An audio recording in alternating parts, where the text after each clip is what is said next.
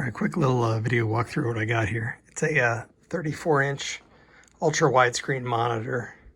This one in particular is the Alienware one. I've got a Track IR up there, cameras for work. Track IR works in conjunction with my this right here. It reads the reflectivity. It shoots out IR, reads the reflectivity, and you can literally move the camera. I clip it to a baseball cap, and I just wear the baseball cap while I play.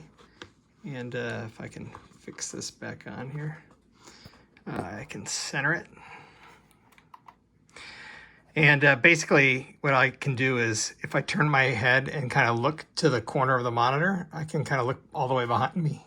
And then I'll just use my eyes to look around. And so I can literally look everywhere, and kind of each one of these switches is clickable with the mouse. Basically each switch is clickable and rotatable in DCS and similar in Microsoft Flight Sim. I use a Stream Deck XL here, and I kind of use it similar to this upfront display up here on the screen, which I'll zoom into.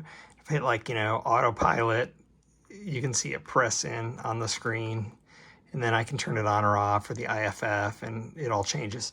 What's cool about this is since this is Stream Deck, you can do all kinds of things. So I can bring up knee boards in the game and scroll through knee boards, other startup features, and I also have a bunch of other planes in there. F-18, F-16. F-16 has a different panel, JF-17, et cetera, et cetera. And so on the F-18, which is what I'm in right now, I usually leave it on this upfront panel, which is kind of nice. You can use the mouse and click all these things as well. But the nice thing is I can leave my right hand on the joystick and still manipulate without having to move things around. Next up, the joystick. This is a VKB Gunfighter Mark III base with an MCG stick. It's pretty nice. Got quite a lot of features on it. This is a five-way hat with a press. This is analog. I use this for brakes. It's got a little hat with a press, another hat, four-way with a press for 5, another hat, weapon release, right? A couple more buttons, and an entire button set, or 5-way with a press as well, which I use the press for centering. And then, of course, all of that, and it also has a dual stage trigger. And I have it mounted on an extended mount. This kind of gives you a lot of control, because at the top side, you can just move it a little bit, and it actually can move it a lot. Now, if we're on a desk, I'd probably be using curves in the game, so that slight motions don't move it that don't move it that much. But since it's center stick, I don't need to worry about that. VKB is also the company I'm using, same company that makes a stick for the mounts.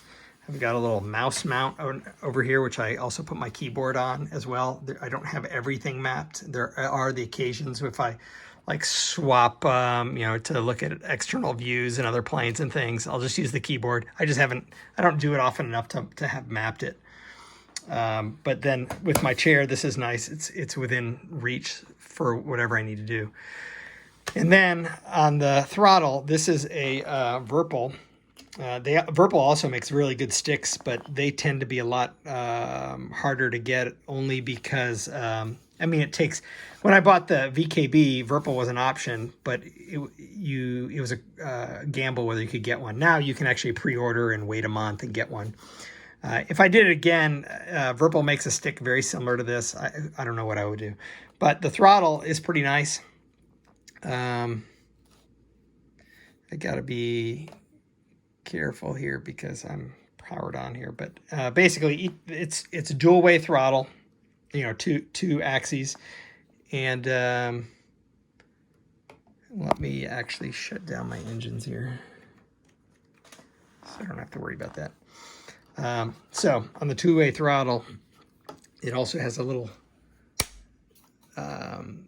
toggle here so you can merge them into one, which is nice. So there are some planes that I fly that doesn't matter. In Microsoft Flight Sim, I usually use one as the throttle. This one might be, trying to think what I normally do. Mixture control, maybe. I think I usually use this one for mixture.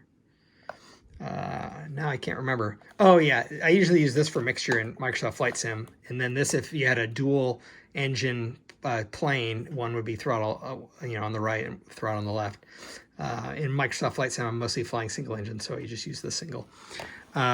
This thing has a ton of buttons, and you can literally, like this, you can program each set of these buttons to do something different.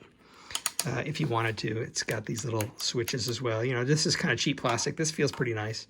These are actually toggles up and back. And this is the Virpil CM2, Mongoose CM, I think it's called a Mongoose 50 CM2, something like that. And then this is an analog axis. And the side, it's just got a ton of controls as well. This is a 5-way hat. Single button, it's got a single button under here as well. This is a 5-way. Single button. It's got a rotary, which I'll use for antenna elevation in DCS, and then this is also 5-way. This is like an Xbox controller, which is pretty nice.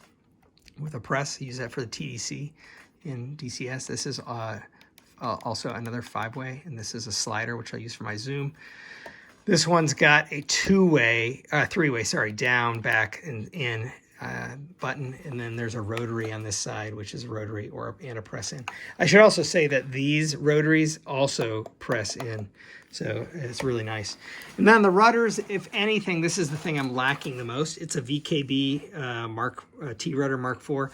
The nice thing is on carpet, it's not going to move because you basically just press down to move it, left or right rudder. The downside is there's no toe brakes, which is why I'm using this for wheel brakes, but that makes it harder for Flight Sim. I actually have to map something else to brakes, but it's good enough for what I'm doing. So basically this rudder plugs in to the joystick. That's USB. This is also its own USB, and then the Stream Deck is also another USB. And basically that's my setup.